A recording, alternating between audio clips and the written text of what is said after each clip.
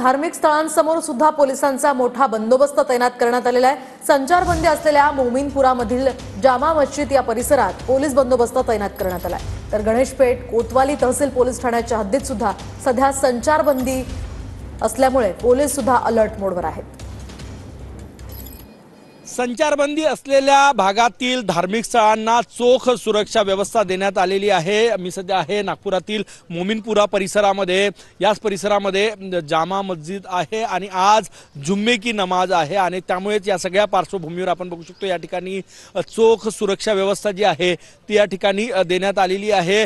जे मोठे मस्जिद आहे तिथे काही काळ नमाज अदा करण्यासाठी शिथिलता देण्यात आल्याची माहिती आहे, परंतु या संचारबंदीच्या पार्श्वभूमीवर आपण बघू शकतो या ठिकाणी नागपुरातील जामा मस्जिद परिसरामध्ये चोख सुरक्षा व्यवस्था तैनात आहेत आणि प्रत्येकाची विचारपूस केली जाते। संचारबंदी आहे त्यामुळे कुठलीही वाहन या परिसरामध्ये सोडले जात नाही।